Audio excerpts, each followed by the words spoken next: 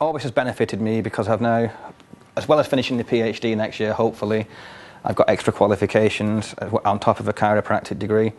The KES program offers a PSDA, Postgraduate Skills Development Award. So all these things that I've been doing, all the seminars you attend, all the times you present, they all count towards this award. And it's a nice award. It increases your CV and employability prospects immensely. If an employer sees you coming out with things like this, it's a fantastic thing to have.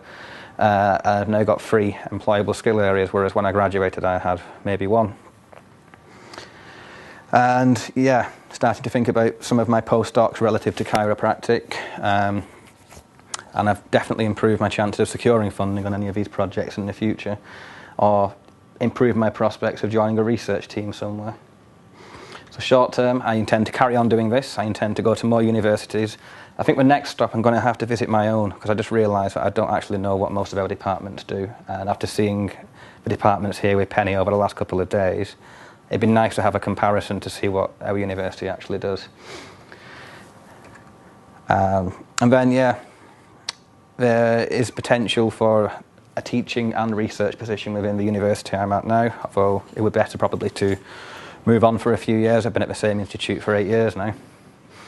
And the main thing for any students, I'm trying to encourage them to do the same as I've been doing. I've got so much out of just a couple of visits and just a little bit extra, a few days out of the office doing something different. I'll come back in and I'll feel refreshed. I know I've got a much clearer picture of what to do.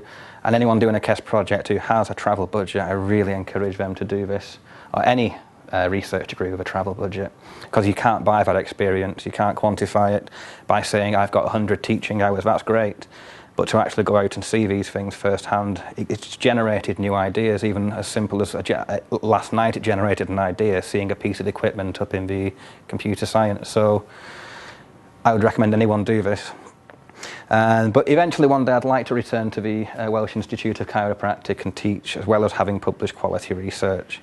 A lot of the tutors there are due to retire in 4 years, so they're trying to tout me as a replacement in a number of different positions. So it'd be nice to go back there one day once I've done some postdoctorate work, yeah.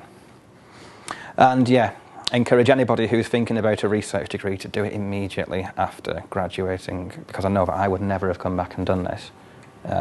So yeah, and yeah, keep taking the bull by the horns. I only wrote this. I don't even like the phrase. It's just they got a picture of me grabbing the bull's horns while I was in a restaurant in Pardubich, so I had to put that on there. Yeah, I've done so many talks and presentations. I haven't actually given thanks to anybody yet. So big thanks to Professor Pete McCarthy, Dr. Hoysh and Lee McCarthy, my supervision team, Leanne Crawley, the KES at the University of South Wales, and Paul Jarvis, who's taught me statistics to the point where I can now teach it myself. To my company supervisor at Tonus, to Penny and KES Central at Bangor University, for allowing me to come here this week, as well as the trip to Umeå in the summer, and to Pardubich University, the healthcare team there, Vitek, Jan and Susanna, for making me so welcome last week. So thank you for listening. Sharks with human teeth, you can't really beat that, can you? And any questions? Thank you very much.